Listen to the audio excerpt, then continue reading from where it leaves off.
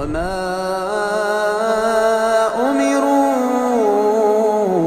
إلا ليعبدوا إلها واحدا لا إله إلا هو سبحانه عما يشركون.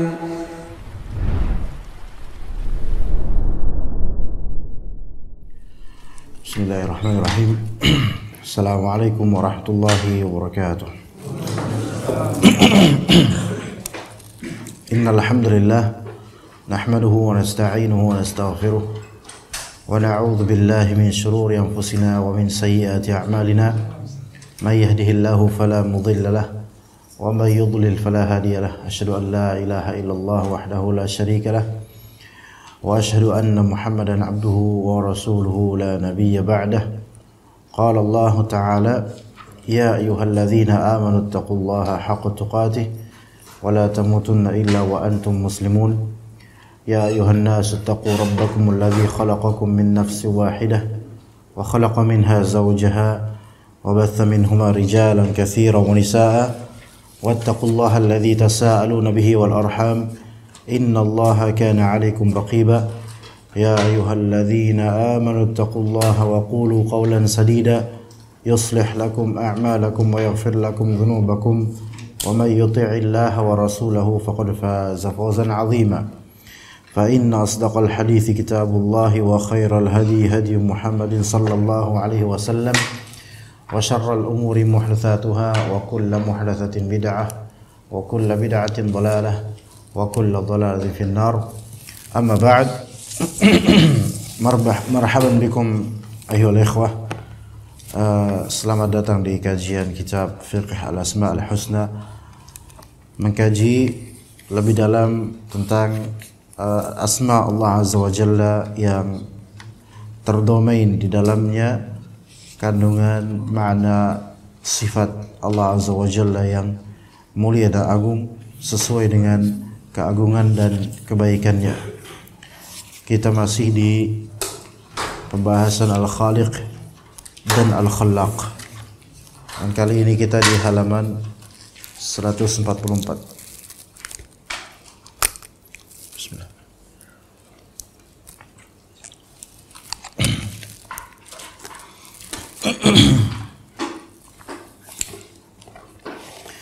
Permasalahan yang diangkat oleh Syekh Hafizahullah Ta'ala, masalah khalq as-sama' dan al-ard, dan di antara as-sama' dan al-ard itu bukanlah suatu la'ib, bukanlah suatu lahu, bukanlah suatu abath.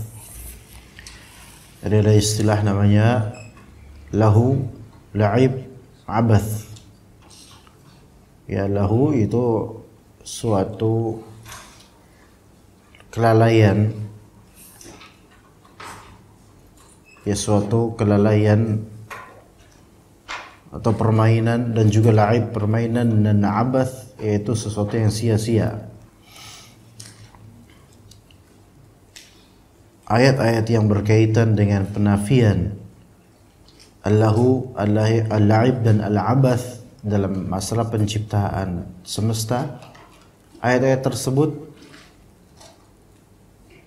melazimkan kita untuk bertafakkur terhadap apa yang Allah Ta'ala ciptakan dari hal yang baik ataupun hal yang di pandangan kita itu buruk. Itu pertama. Dan yang kedua, ayat-ayat tersebut melazimkan kita merasa dihargai dan dimuliakan oleh Allah Azza wa Jalla dengan tujuan hidup sebenarnya yang kita ketahui bahwasanya penciptaan semua ini bukan tanpa tujuan, melainkan agar kita semakin dekat kepada Allah dengan tujuan finalnya agar kita itu selamat. Maka dikatakan di sini kemudian sesungguhnya penciptaan yang dilakukan oleh Allah terhadap makhluk bukan sesuatu yang sia-sia. Artinya bukan sesuatu yang lewat nanti ketika terjadi dan terwujud lewat begitu saja tanpa ada hikmah, tanpa ada ghayah, tanpa ada illah. Jadi ada istilah juga namanya hikmah, ghayah, illah. Hikmah itu kebijaksanaan, ghayah itu tujuan, illah yaitu illat, yaitu sebab kenapa sesuatu itu diwujudkan. Jadi hikmah itu kebijaksanaan, wisdom. Ghayah itu tujuan, objektif, goal. Dan illah itu cause. Untuk apa diciptakannya ini dan itu? Pasti memiliki hikmah, pasti memiliki ghayah, pasti memiliki illah. Pasti ada hikmah di balik ini, pasti ada tujuannya oleh Allah, dan pasti ada penyebabnya kenapa Allah Ta'ala ciptakan ini dan itu. Segala hal, baik yang sifatnya ma'nawi atau hissi, materi. Segala hal, baik sesuatu yang positif seperti kesehatan maupun yang dianggap negatif seperti rasa sakit atau penyakit. Apapun, meskipun itu ada sesuatu yang tidak tampak dan tidak ditangkap oleh indera manusia maupun yang tampak atau ditangkap oleh indera manusia. Maka eksistensi dari semua itu, makhluk itu semuanya memiliki hikmah yang Allah Ta'ala berikan, memiliki tujuan kenapa diciptakan, dan memiliki penyebab. Berarti ini sesuatu yang tidak disifati sia-sia. Sesuatu yang disifati sia-sia adalah ketika mengadakannya atau diadakannya ia itu tanpa adanya hikmah, tanpa adanya ghayah, tujuan, tanpa adanya illah, sebab. Maka itu adalah sesuatu yang sia-sia. Jika memang misalnya ada tujuannya, ada penyebabnya, tapi bukan karena kebijaksanaan, maka ini abath. Bukan berdasarkan kebijaksanaan, bukan berdasarkan kecerdasan, maka ini termasuk abath dan sia-sia. Doya, sia-sia. Seseorang misalnya main game. Apa tujuan dia main game? Ada tujuannya untuk menghibur diri.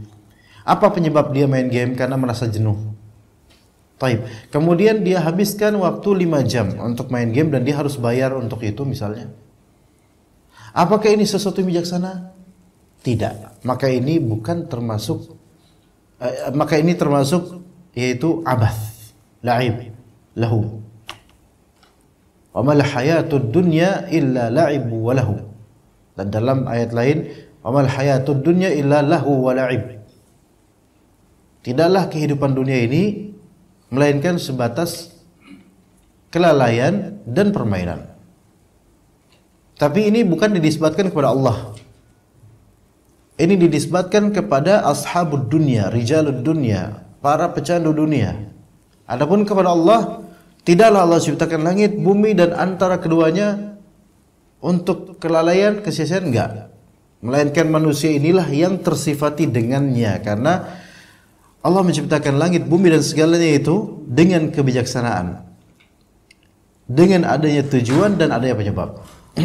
Sedangkan manusia dalam bertasarruf dan melakukan sesuatu belum tentu karena bijaksananya manusia, belum tentu karena ada tujuan yang benar, belum tentu karena ada penyebab.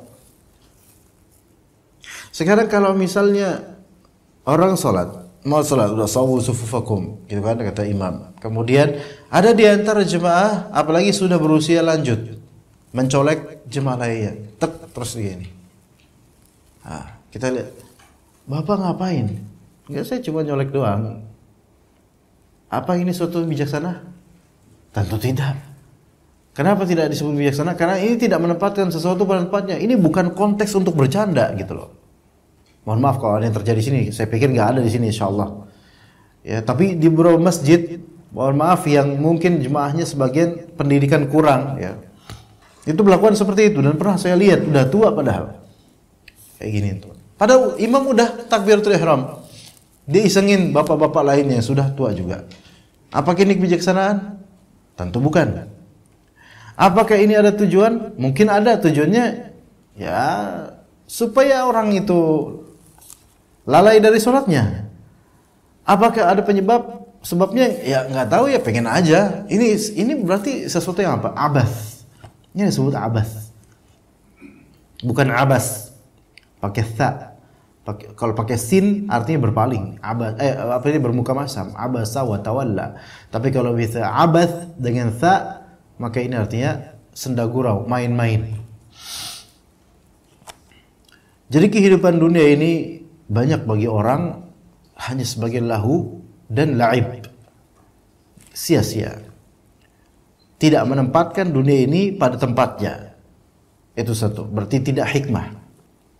Kedua, tidak memiliki tujuan yang jelas terhadap akhirat, berarti main-main. Siapapun manusia yang tidak menjadikan akhirat sebagai goal achievementnya, sebagai objektif akhirnya, maka pasti dia main-main. Pasti, wallah pasti. Hatta dia seorang da'i, kalau misalnya dakwahnya tujuannya bukan untuk akhiratnya, maka dia pasti main-main dalam dakwahnya. Pasti itu, absolutely.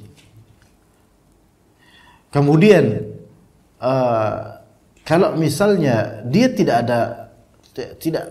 ada penyebab dalam melakukan sesuatu karena pengen aja, semau dia, maka ini juga main-main. Ini juga main-main.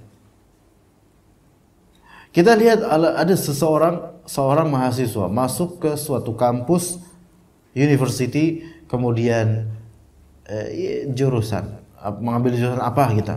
Misalnya jurusan ilmu pengetahuan dan budaya. Ya. Terus kita tanya, "Kenapa kamu ambil jurusan ini?" "Ya nggak tahu, ya kayaknya seru aja gitu." Ini nggak ada kausnya, apa ilatnya, apa sebabnya tuh? Apa sebabnya tuh? Ya nggak tahu, yang penting yang penting ngampus lah saya daripada nganggur gitu kan. Enggak, ini bukan suatu, ini main-main. Ya mungkin nanti dapat hidayah, mungkin menemukan kebaikan dari fakultas itu, betul. Tetapi ketika kita melakukan suatu perbuatan tanpa ada penyebab dan dorongan, maka apa artinya perbuatan ini gitu loh.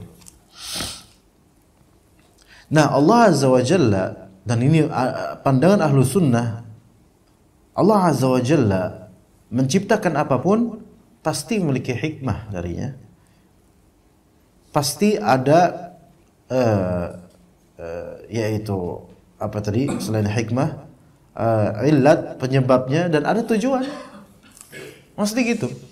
Karena perbuatan Allah tidak seperti perbuatan manusia. Perbuatan manusia kadang-kadang enggak bijak, kadang-kadang ya tidak punya tujuan, dan kadang-kadang nggak ada dorongan apa-apa. Kelas, yang penting udah lakuin aja lah. Ya pengen aja gitu kalau manusia. Apakah kalau Allah Ta'ala, ya saya pengen aja, aku pengen aja kayak gitu? Nggak ada Allah Ta'ala seperti itu. Melainkan Allah Ta'ala lakukan dan ciptakan sesuatu, takdirkan sesuatu bukan karena Allah pengen aja, melainkan iya Allah Ta'ala berkehendak, dan pasti ada hikmah, pasti ada illah, pasti ada juga ghayah. Inilah yang kemudian para ahlul bid'ah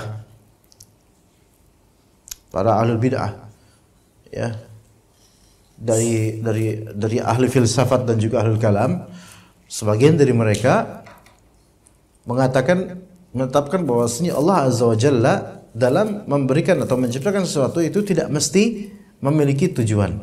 Enggak mesti memiliki tujuan. Yang penting Allah Ta'ala melakukan sesuatu, terserah Allah aja gitu. Ya ada tujuan nggak tujuan, yang penting Allah Ta'ala melakukan apa yang Allah kehendak. Namanya juga raja, terserah raja. Jangan kiaskan rajanya sang maharaja itu Allah Azza wa Jalla dengan raja manusia yang bersifat manusiawi. Yang mana raja manusiawi itu kadang-kadang melakukan sesuatu tanpa mikir, melakukan sesuatu tanpa kebijaksanaan. Tapi sang raja yaitu Al-Malik, Al-Hakim yaitu Allah Azza wa Jalla, itu disifati Al-Hakim, memiliki kebijaksanaan. Pasti ada tujuannya dan ada sebabnya Allah Ta'ala lakukan itu. Dan memang terserah Allah Ta'ala.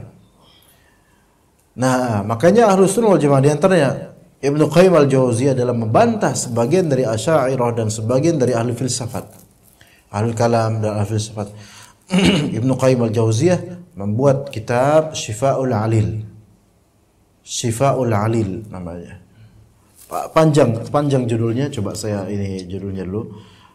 Karena ini Syifaul Alil, kitab tebal yang di kediaman saya ada 2 jilid, dan kitab yang tidak ringan ya, berkaitan dengan takdir dan semisal itu, permasalahan takdir. Tapi Masya Allah kitab ini luar biasa. Syifaul Alil karya Ibnu Qayyim Al-Jauziyah ini ya, nama judulnya Syifaul Alil fi Masailil Qada'i wal Qadari wal Hikmati wa Ta'lil. Syifaul Alil dia menyembuhkan penyakit dalam permasalahan qada, qadar, hikmah dan ta'lil, kaus penyebab takdir. Karena ternyata masa-masa dan dalam kitab Syifaul Alil itu juga dijabarkan beberapa ayat kauniyah, yaitu ciptaan-ciptaan yang bersifat kauniyah, ke alam semestaan gitu, tumbuhan, binatang, dan beliau mengungkap beberapa rahasia-rahasia yang disebutkan dalam Al-Qur'an dan juga atau As-Sunnah tentang tujuan-tujuan diciptakannya binatang atau tumbuhan-tumbuhan ini. Apa tujuannya? Apa hikmahnya? Apa penyebabnya? Beliau banyak menyebutkan. Dan sangat mungkin manusia itu tidak tahu apa hikmah di balik penciptaan tumbuhan ini. Dan kebanyakan manusia bahkan nggak tahu.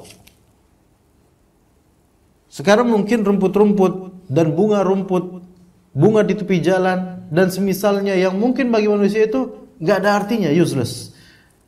Tetapi bisa jadi itu useful ketika seorang manusia mengetahui kegunaannya secara hakiki gitu loh.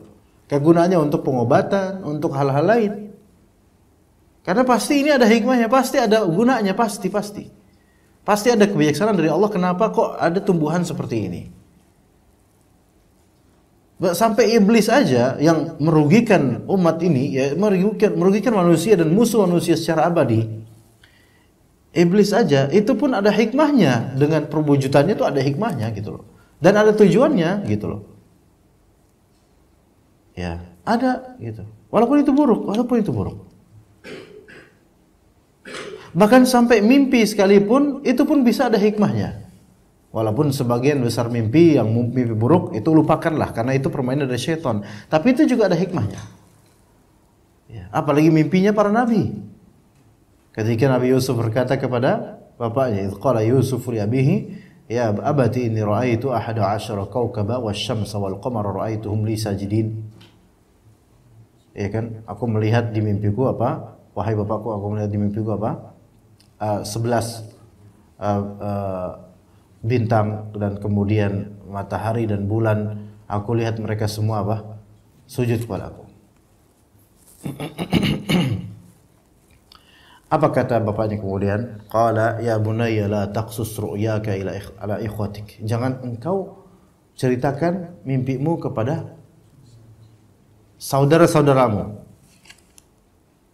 Ya, ini ada larangan dari bapaknya dan ini bapak yang bijak, Nabi Yaqub alaihissalam, Nabi Israil alaihissalam. Bijaksana. Jangan engkau ceritakan ini kepada saudara-saudara. Kenapa begitu? Fayakidu laka kaida. Karena kalau engkau ceritakan mereka akan membuat makar, mereka akan membuat tipu daya kepadamu.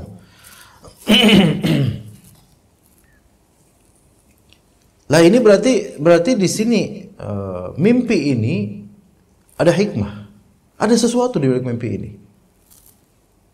Nah kemudian dikaitkan oleh Nabi Yaqub alaihissalam, inna syaitana lil insani aduwwum mubin. Syaitan itu bagi manusia adalah musuh yang nyata. Adanya mimpi, adanya saudara-saudara yang pencemburu, iri, hasad, dan adanya syaitan. Semua penciptaan ini tiga-tiganya ini. Adanya mimpi, ada hikmahnya. Adanya saudara-saudara pencemburu juga ada hikmahnya. Adanya syaitan juga ada hikmahnya. Agar manusia itu memiliki awareness yang tinggi terhadap ini semua. Yaitu tingkat kesadaran yang tinggi. Bahwasanya ini semua ada hikmah, ada tujuan dan ada sebab. Lihat dari rangkaian kalimat-kalimat di ayat ini. Ya kan? Allah Ta'ala memberikan mimpi kepada Nabi Yusuf. Apakah main-main Allah Azza wa Jalla? Tidak. nggak main-main. Mimpi yang seolah-olah simple, dah gitu doang kan. Ayat penjabaran mimpinya Nabi Yusuf cuma satu ayat. Inni ra'aitu ahada asyara kawkaba wasyamsa wal qamara ra'aitu misajin, selesai. Dah gitu doang. Kita nggak perlu kita bayangkan, oh gimana ya kok bulan sama matahari kok bisa sujud, itu gimana caranya? Udah nggak usah dipikirin itunya, nggak usah dipikirin, Pak. Capek kalau mikirin gitu. Karena kita nggak pernah juga ngebayangin kok bisa kayak gitu. Tapi cuma satu dua mimpi itu. Nah, dari mimpi itu, ikhwan, jemaah sekalian. Dari ayat itu ayat keberapa? Apa ayat keempat atau ketiga atau dari ayat itu, satu ayat itu, disitulah itu sebagai kompilasi ujung nanti dari beragam kisah dalam satu surat itu. Kan mulai permulaan itu dari situ antum akan mendapatkan kisah Nabi Yusuf alaihissalam di surat Yusuf alaihissalam. Itu panjang berhalaman-halaman dengan kronologi dari mudanya sampai menjadi raja sampai akhirnya mimpi itu terwujud sekian puluh tahun setelahnya tuh. Luar biasa. Artinya satu mimpi yang mungkin simple. Dan kemudian dari mimpi itu jagalah mimpi itu jangan diucapkan dan diceritakan kepada ikhwatik. Takutnya mereka itu akan memberimu makar. Enggak diucapkan pun, enggak diceritakan pun, tetap aja itu saudara-saudara pada udah kadung hasad. Karena apa? Karena karena ada syaitan yang merupakan musuh ya nyata bagi seluruh insan.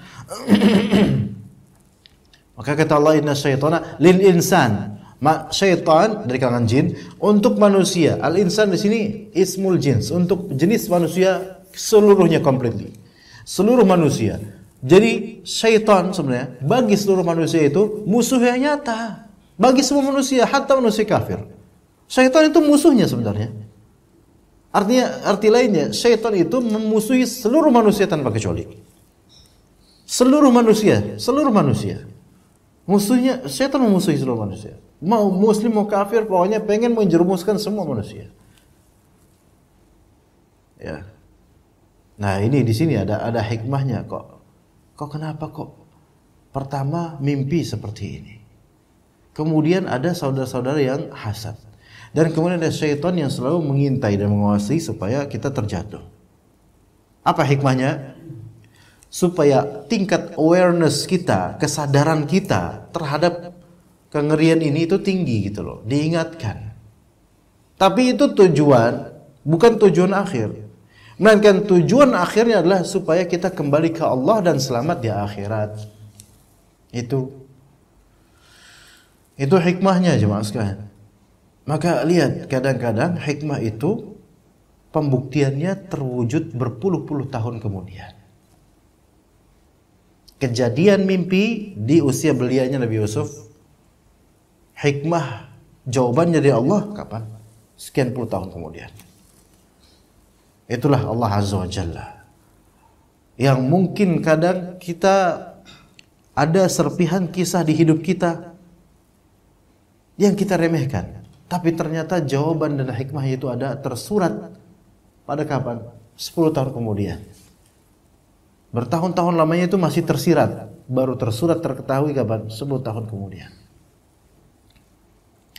Ingatlah mungkin bapak-bapak yang sudah berusia senior ya. Dulu di usia belia apa yang Anda lakukan? Dan mungkin saja sekarang Anda melihat refleksi dari kelakuan Anda dulu. Bisa jadi. Misal kenakalan anak sekarang atau kenakalan cucu. Ya. Coba lihat. Kok saya banget ya, tapi nggak mau ngomong ke anak dan mantu, malu gitu loh. Tapi ini mirip sama saya dulu gitu.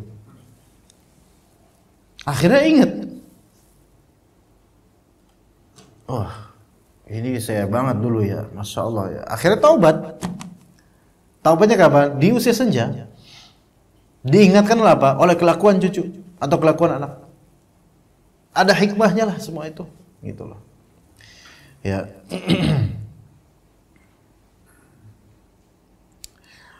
Misal Pak Yogi waktu kita kajian di mana itu sebelumnya di apa sih namanya? Saya nggak tahu namanya juga.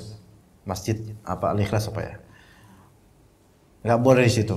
Itu kan baru sekali Pak ya, baru sekali, langsung di off gitu kan. Itu ajaib sekali gitu loh. Ya Anda juga shock, tapi pasti ada kebaikan di balik itu. Ajaib banget, kita baru sekali di situ langsung udan itu enak, alhamdulillah nyaman. Kemudian diusir off. Tapi ternyata dapatnya di sini yang insya Allah jauh lebih baik gitu loh. Hikmahnya masya Allah gitu. Yang mana kalau saya perhatikan di sana indah, enak, masya Allah, nikmat gitu. Gimana ketika kita sudah mulai melihat ranumnya kenikmatan, tiba-tiba Allah Ta'ala cut dengan takdirnya. Di situ kita diuji mau husnuzan apa suudzon sama Allah. Ya husnuzan aja ya khalas, bismillah khalas, udah biasa juga kita diperlakukan begitu, biasa khalas. Tapi ternyata Allah ganti dengan yang lebih baik. Alhamdulillah kalau kita husnuzan sama Allah Azza wa Jalla. Taib, di sini dikatakan kemudian sesungguhnya penciptaan Allah terhadap makhluk bukan sesuatu yang sia-sia, bukan permainan ataupun bukan sesuatu yang bersifat senda gurau, bukan. Allah tersucikan dari semua hal ini karena menciptakan hal yang sia-sia dan bermain-main dalam menciptakan atau bersenda gurau dalam menciptakan itu merupakan sifat kekurangan. Sifatun naqs namanya. Allah Ta'ala berfirman di surat Al-Anbiya ayat 16-17. "Wa ma khalaqnas samaa'a wal arda wa ma bainahuma la'ibin." Dan tidaklah kami ciptakan langit dan bumi dan segala yang ada di antara langit dan bumi dengan bermain-main. Enggak, kami ciptakan enggak dengan bermain-main. Bermain-main di sini maksudnya tanpa tujuan. Tanpa tujuan, abath, la'ib.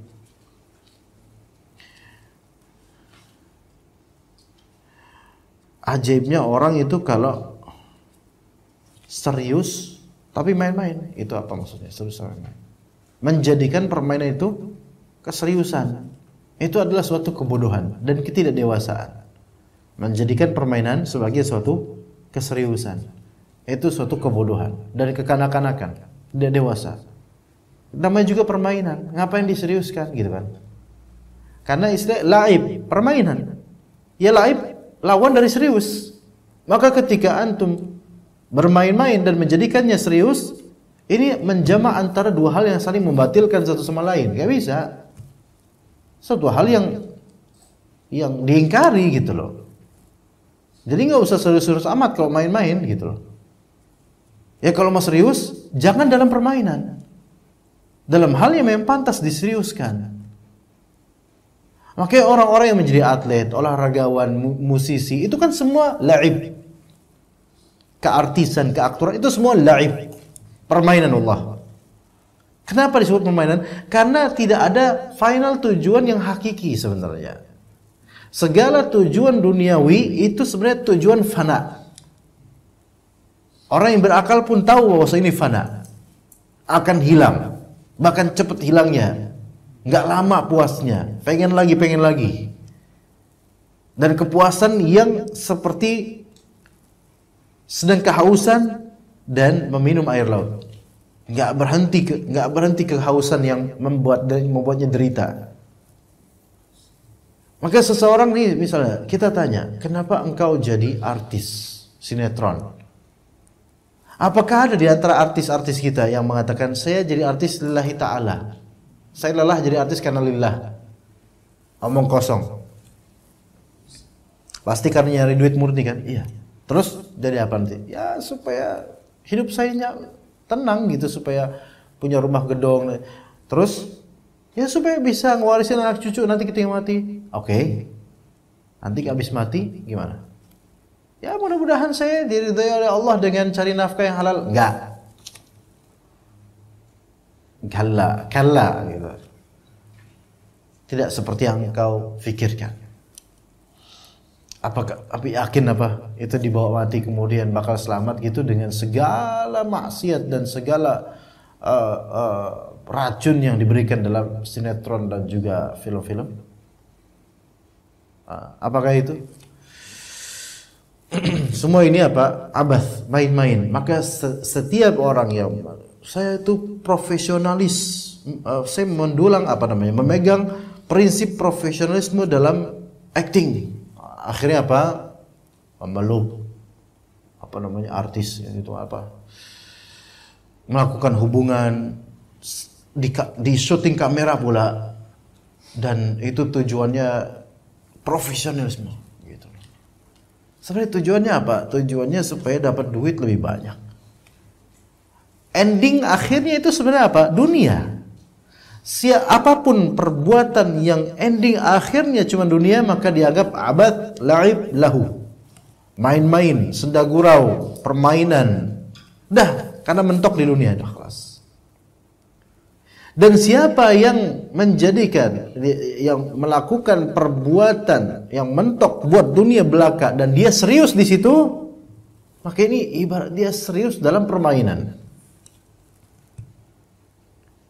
Dan ini orang yang bodoh. Dia serius dalam permainan. Artinya dia tuh mengerahkan upaya untuk sesuatu yang nanti tidak akan ada ganjarannya, itu hilang seketika. Khalas, selesai. Yang ada balik itu adalah tinggal apa? Tinggal azab yang menanti. Na'udzubillah min dzalik. Itulah kebanyakan manusia. Maka itu kata Allah, mal hayatud dunya illa la'ibu wa lahu. Tidaklah kehidupan dunia melainkan main-main dan juga kelalaian. Maka siapa yang menjadikan la'ib dan lahu ini suatu keseriusan, maka orang ini rugi sekali. Ya. Dan Allah Ta'ala tidak bermain-main dalam menciptakan segala sesuatu. Lau aradna an nattakhidha lahwan lattakhadnahu min ladunna in kunna fa'ilin. Sekiranya kami hendak membuat sesuatu permainan, ya di sini terjemah istri dan anak, tentulah kami membuatnya dari sisi kami. Jika kami menghendaki berbuat demikian, tentulah kami melakukannya, karena Allah Maha mampu. Tetapi Allah tidak. Allah Ta'ala tidak tersifati dengan menciptakan sesuatu sia-sia, enggak. Bahkan hal yang dianggap buruk sekalipun, sesungguhnya eksistensi keburukan tersebut tidaklah sia-sia, pasti ada hikmahnya. Kata Rabb kita Azza wa Jalla di surat Al-Mu'minun ayat 115 atau 116. Afa hasibtum annama khalaqnakum abatha wa annakum ilaina la turja'un. Apakah kalian mengira bahwa sesungguhnya kami menciptakan kalian itu secara main-main saja, dan bahwa kalian tidak akan dikembalikan kepada kami?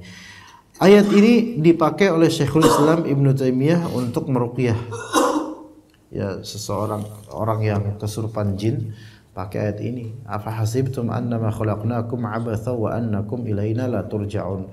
Walaupun ini tidak khusus untuk ruqyah, tapi fadhal kalau mau pakai, ya. Karena ini kalimat juga Masya Allah sangat mengena, ya.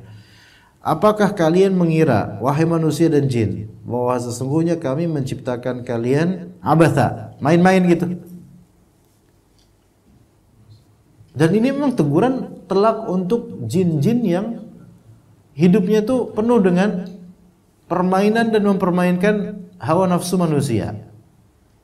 Karena jin-jin yang seperti ini, syaitan, ya, itu hidupnya itu tujuannya itu untuk mereka menancapkan tujuan supaya bisa menggelincirkan manusia. Itu mereka. Memang dari iblisnya kayak gitu, karena kata iblis, la ughwiyannahum ajma'in.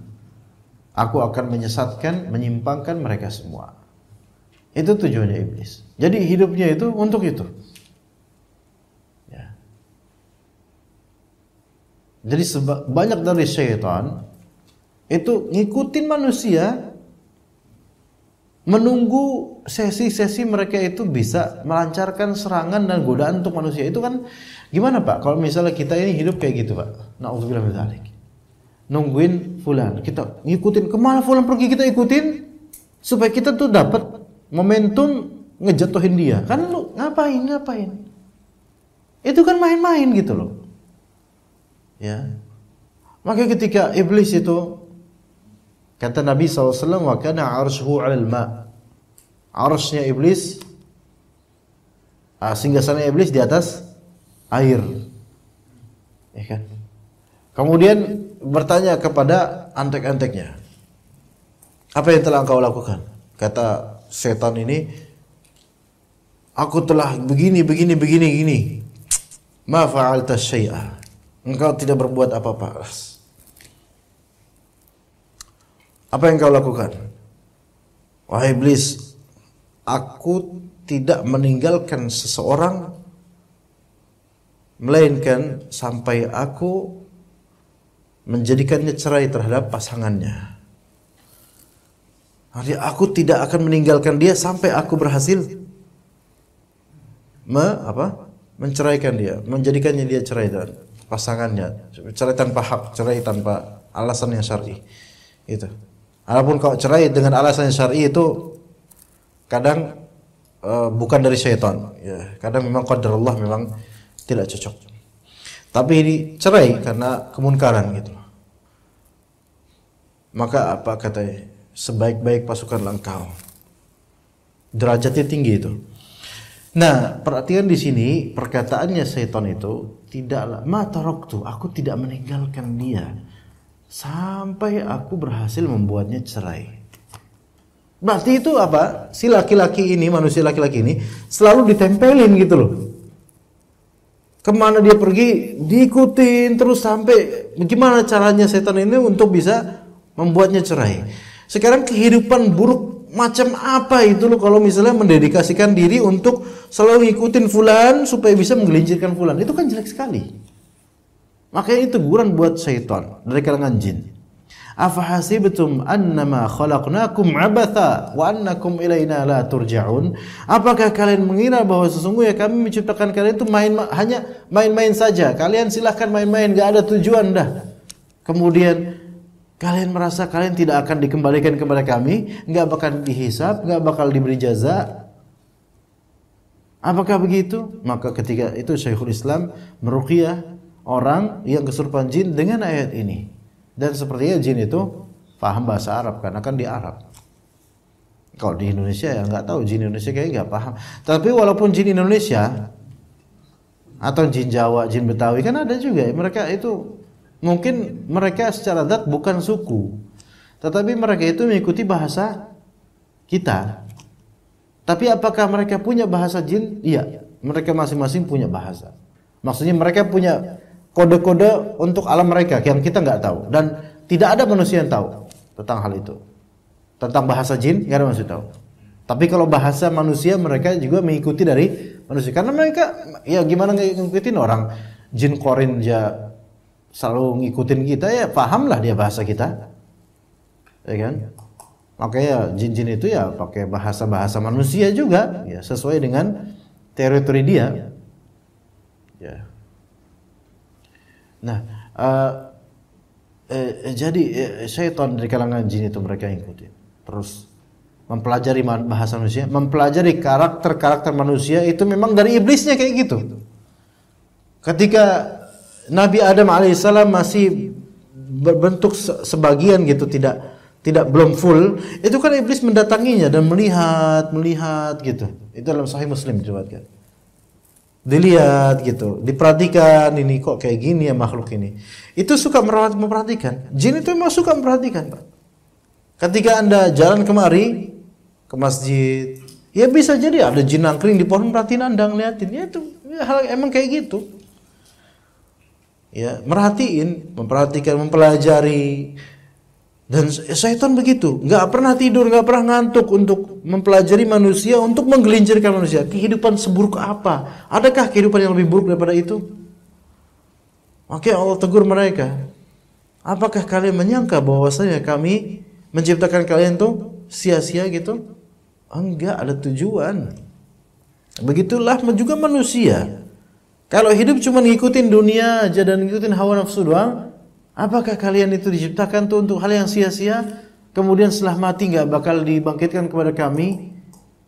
Ini teguran buat kita semua. Fata'ala Allahul Malikul Haqq.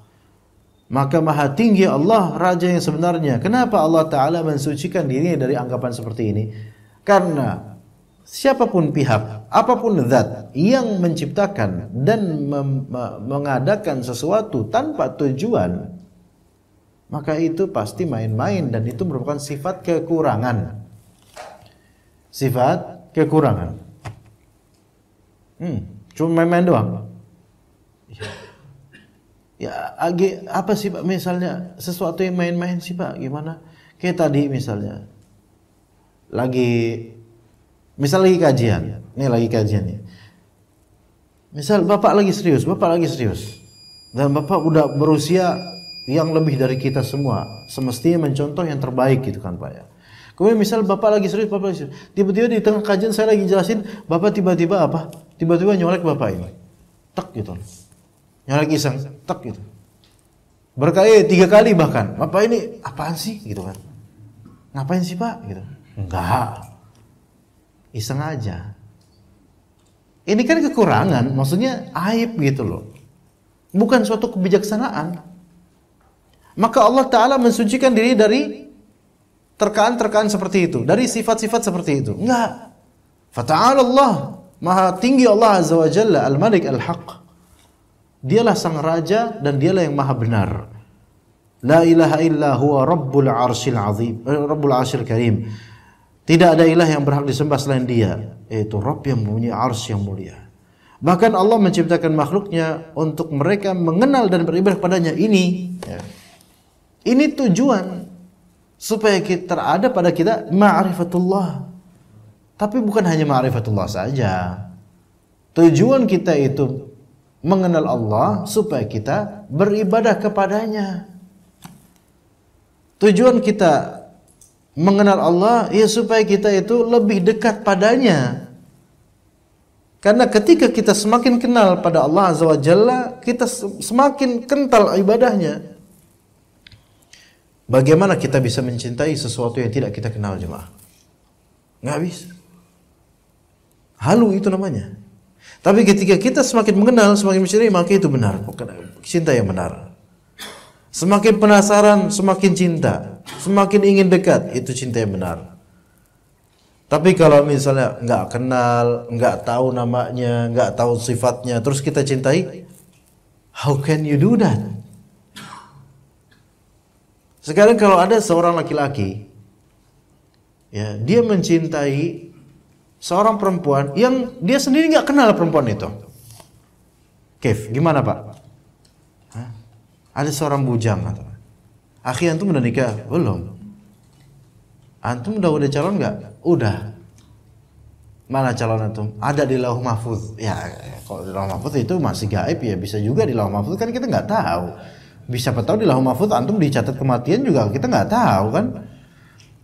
Tapi enggak, yang real yang antum tahu adalah pokoknya saya mencintai seorang akhwat ada. Siapa dia? Ya, ana belum tahu, tapi ana cinta aja sama dia. Enggak. Gimana kok antum bisa cinta sama dia? Pokoknya ana mendambakannya dia itu Masya Allah putih, cantik, tulus orangnya, kemudian suka ini dan semua sifat kesempurnaan disebutkan. Enggak, ya udah, mana orangnya, binti siapa? Biar kita lamar buat antum. Ya, ana enggak tahu. Di mana juga ana enggak tahu orangnya mana, ana enggak tahu. Cuman ya itu ana mencintainya. Antum belum kenal, tapi antum sudah mencintai dan menyebutkan karakternya. Tahu dari mana kalau dia? Ana husnudzon aja sama Allah. Bedakan antara husnudzon sama Allah dengan halu, bedakan. Ini halu ini namanya. Tapi orang itu ada enggak? Ya ana sih berharap ada. Enggak, sekarang ada enggak sekarang buat antum dia? Ya Allah alam sih. Ana juga belum nyari. Ini antum bahlul, ini berarti bahlul ini. Antum berarti terkena jebakan setan, halusinasi. Jangan-jangan yang antum bayangkan ada sebenarnya setan yang mewujudkan di benak halusinasi antum itu sebagai akhwat yang Masya Allah itu, dan antum berfantasi dengannya. Kok tahu? Lah ya itu tahu, bukan karena pengalaman ya, karena tahu ya. Emang kayak gitu. Itu berarti halusinasi. Taib. Bagaimana mungkin antum mencintai zat yang tidak antum kenal, tidak tahu siapa? Tapi antum mengarang sifat-sifatnya. Ini bisikan syaitan. Nah sekarang kita Ahlus Sunnah wal Jamaah, kita mencintai Allah, berusaha mencintai Allah dan mewujudkan cinta kita kepada Allah dengan ibadah yang benar. Dan kita mentadabburi asma dan sifat Allah. Kita mengenal Allah di sini. Allah memperkenalkan dirinya melalui Al-Quran dan lisan nabinya, melalui sunnah Nabi SAW. Di situ kita semakin mengenal Allah Azza wa Jalla. Dan itu hak. Semakin cinta kita kepada Allah Azza wa Jalla. Mengenal hukum-hukumnya, semakin cinta kita kepada Allah Azza wa Jalla. Terbukti. Semua ini dari nama dan sifatnya dan hukum-hukumnya. Alhamdulillah. Maka Allah Azza wa Jalla memperkenalkan dirinya. Berbeda dengan prinsip sebagian ahlu bid'ah. Dari kalangan Jahmiyah, Allah Ta'ala tidak memiliki nama, tidak memiliki sifat. Lalu bagaimana kita mengenal Allah? Dari kalangan Mu'tazilah, Allah Ta'ala punya nama tapi nggak memiliki sifat. Namanya pun hanya nama sebutan, tidak mengandung makna. Bagaimana kita mengenal Allah? Hanya sebatas nama panggilan saja. Bagi Mu'tazilah begitu. Allah Ta'ala punya nama Sami, Alim, Al-Haq, Al-Wahhab, tapi nggak ada artinya itu. Itu cuman sebutan saja. Gimana kita mengenalnya? Gitu loh. Mu'tazilah. Dari kalangan Asy'ariyah, Allah punya nama, alhamdulillah, punya sifat tapi hanya terbatas 7.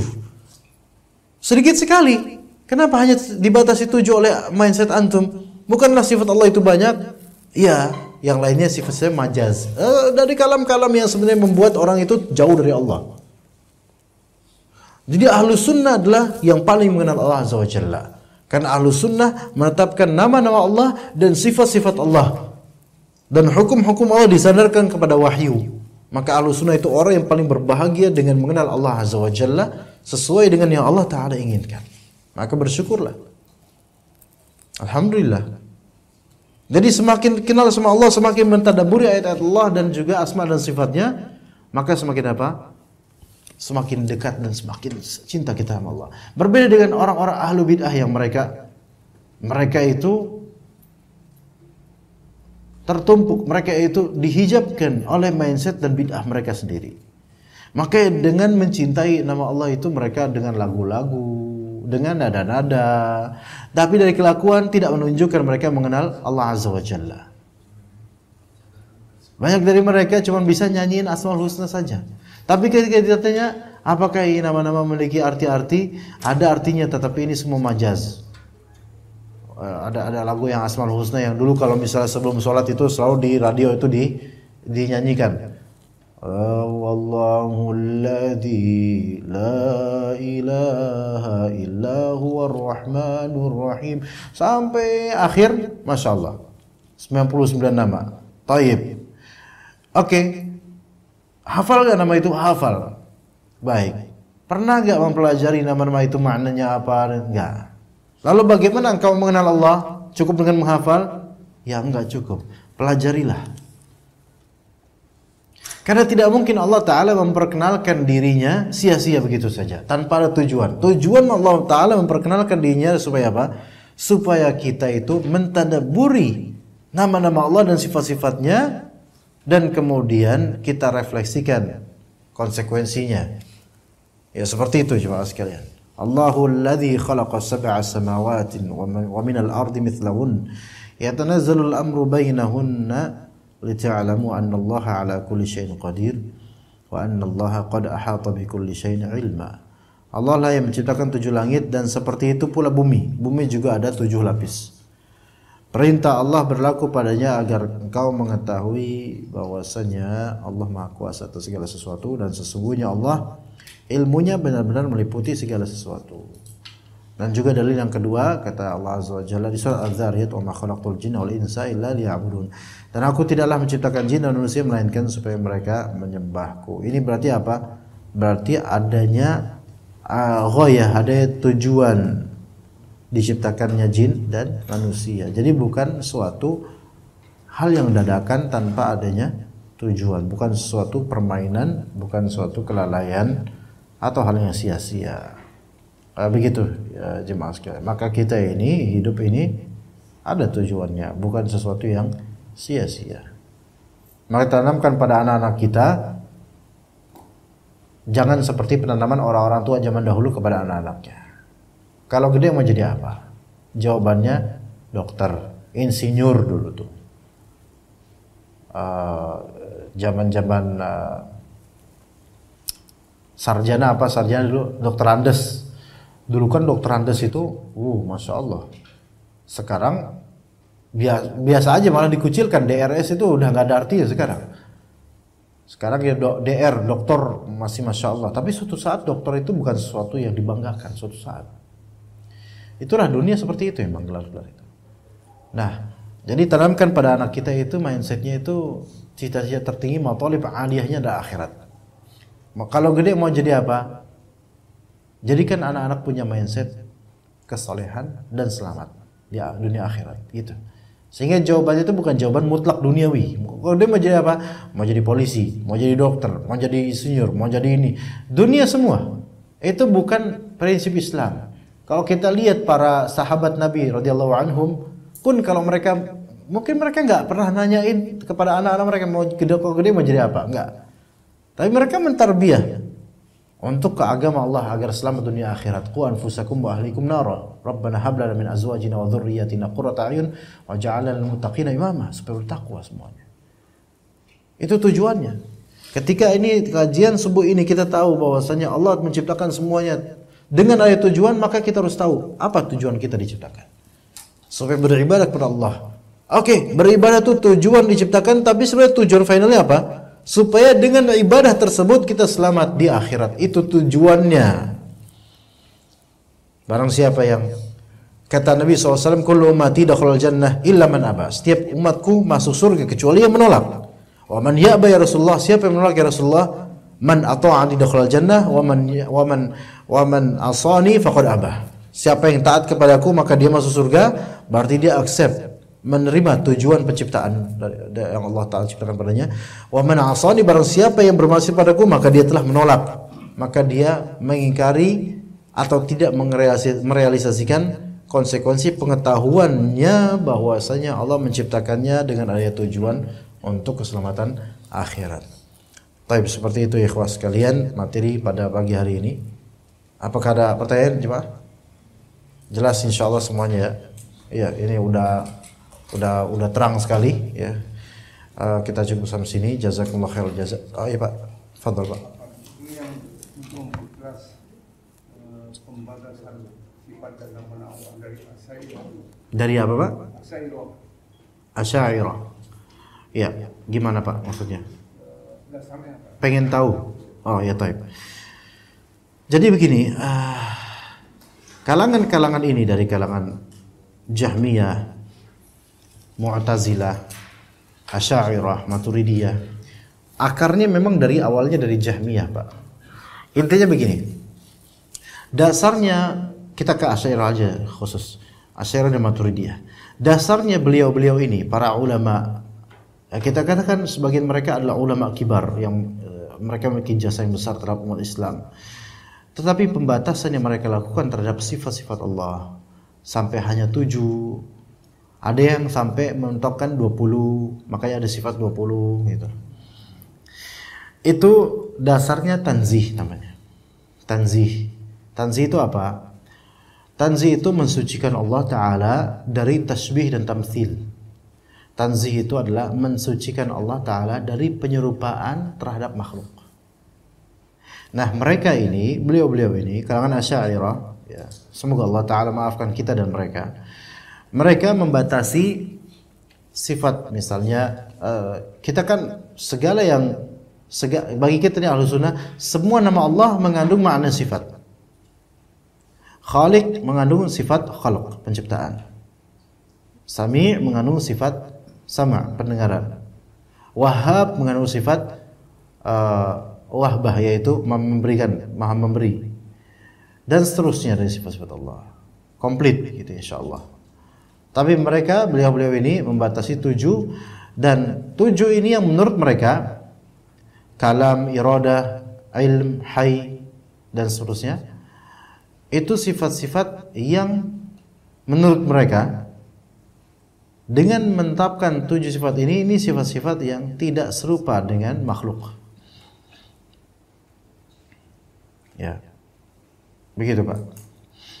Baik, di antara contoh kita perbandingan antara kita Ahlus Sunnah dengan Asy'ariyah. Kita menetapkan sifat wajah Allah. menetapkan sifat tangan Allah Azza wa Jalla. Dan kita tidak melogikan tata cara dan bentuk atau gimana, enggak. Kita hanya menetapkan sesuai yang ditetapkan dalam Al-Quran dan Sunnah. Dan kita mengatakan Allah memiliki tangan sesuai dengan kemuliaannya, selesai. Enggak berpanjang ria dengan itu. Enggak melogikan dan muter-muter dengan itu. Tapi mereka ini ahlul kalam, yaitu Asy'ariyah. Dan sebagian dari Asy'ariyah mutakallimatul falasifah. Mereka juga sekaligus ahlul kalam, sekaligus ahli filsafat seperti Fakhruddin Ar-Razi dan semisalnya. Itu makin membulat itu. Ya, blending antara kalam dengan filsafat makin jelimet urusannya. Maka mereka mentakwil. Kita katakan, iya, mereka ini punya niatan baik. Semua juga punya niatan baik. Kalau mau dibilang niatan baik, semua punya niatan baik. Niatan baik mereka adalah manusia kan memiliki tangan, binatang memiliki tangan. Maka nggak mungkinlah Allah Ta'ala memiliki tangan. Karena kalau kita bilang Allah punya tangan, maka berarti Allah sama dengan makhluknya. Berarti Allah tidak punya tangan. Padahal dalam Al-Quran jelas, bal yadahu mabsuutatan misalnya. Kedua tangan Allah Ta'ala terbentang. Taib. Lalu kemudian bagaimana dong kita mengartikannya? Kata mereka, oh tangan ini bukan tangan. Lihat di sini maknanya bukan tangan. Apa? Ya takwilan mereka, terus apa? Tafsiran mereka. Ya. Nah, nikmatlah atau apalah gitu, kekuasaan dan seterusnya. Ya seperti itu. Nah, jadi dasarnya mereka membatasi sifat-sifat Allah Ta'ala 7 atau mungkin tambah 8. Untuk Maturidiyah ditambah takwin, sifat takwin namanya dalam mazhab Maturidiyah. Ini mereka tuh niatnya adalah tanzih, yaitu mensucikan Allah dari penyerupaan Allah terhadap makhluknya. Makanya mereka mengatakan Allah tidak memiliki tangan, Allah tidak beristiwa di atas arsy. Karena kalau meninggi di atas arsy berarti Allah itu serupa dengan makhluk. Karena meninggi di atas arsy, di atas singgasana itu kan ibaratnya seperti manusia meninggi di atas singgasana. Berarti Allah seperti makhluk, maka Allah tidak meninggi di atas arsy, melainkan Allah Ta'ala mereka maknai, mereka tafsirkan istawa di sini, istaula maknanya yaitu menguasai, menjelajahi, menjajahi, menguasai arsy. Jadi mereka nafikan, mereka tiadakan sifat ini. Istiwa mereka hilangkan, enggak. Walaupun jelas dalam Al-Quran, tapi mereka kemudian menafsirkannya dengan tafsiran yang lain yang jauh dari tafsiran yang batil. Nah, jadi niatan mereka benar. Maafan, niatan mereka ada kebaikannya. Anda enggak menganggap niatan mereka benar. Karena seandainya niatan mereka benar, mereka akan kembali ke manhaj salaf, mengitsbatkan seluruh sifat Allah yang ada di Al-Quran dan As-Sunnah. Nah, kalau misalnya niatan mereka adalah mentanzih Allah Ta'ala dari tasbih dan penyerupaan terhadap makhluk, maka ikutilah manhaj salaf. Karena salafus saleh mereka adalah orang-orang yang paling mensucikan Allah Ta'ala terhadap keserupaan terhadap makhluk. Itu udah cukup di manhaj salaf. Jadi nggak perlu pakai manhaj khalaf yang semisal Asy'ariyah. Jadi itu pembatasan tersebut memang ada alasan. Tapi tidak semua alasan itu bisa diterima.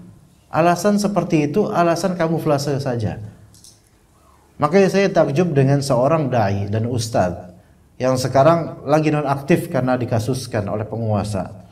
Yang mana di YouTube-nya itu, di klipnya itu ketika ditanya, apakah Asy'ariyah termasuk Ahlus Sunnah? Kemudian beliau dan saya melihat di sini ada sisi apa? Mencari perhatian umat. Karena banyaknya umat ini menganggap Asy'ariyah itu Ahlus Sunnah dan bahkan banyak dari mereka memeluk mazhab Asy'ariyah. Walaupun banyak dari mereka nggak ngerti mazhab Asy'ariyah yang seperti apa. Apakah Asy'ariyah Ahlus Sunnah? Yang maksudnya Asy'ariyah di sini sebenarnya lebih ke kalangan-kalangan yang suka bubarin kajian-kajian dakwah sunnah yang kayak seperti itu. Maka beliau berbeli-beli dan intinya beliau bilang apa? Mereka ini punya niatan baik gitu loh. Maka Asy'ariyah ini termasuk Ahlus Sunnah karena niatan mereka itu sebenarnya baik dalam masalah ini. Maka kita, sebenarnya tanggapannya janganlah bermuka minyak terhadap ahlul bid'ah. Apa yang kita dapatkan dari keuntungan dari ahlul bid'ah seperti ini? Orang-orang yang berprinsip seperti ini. Apa keuntungannya? Menjaga pengajian kita? Sebaliknya. Mendukung dakwah ke sunnah kita? Sebaliknya mereka ini.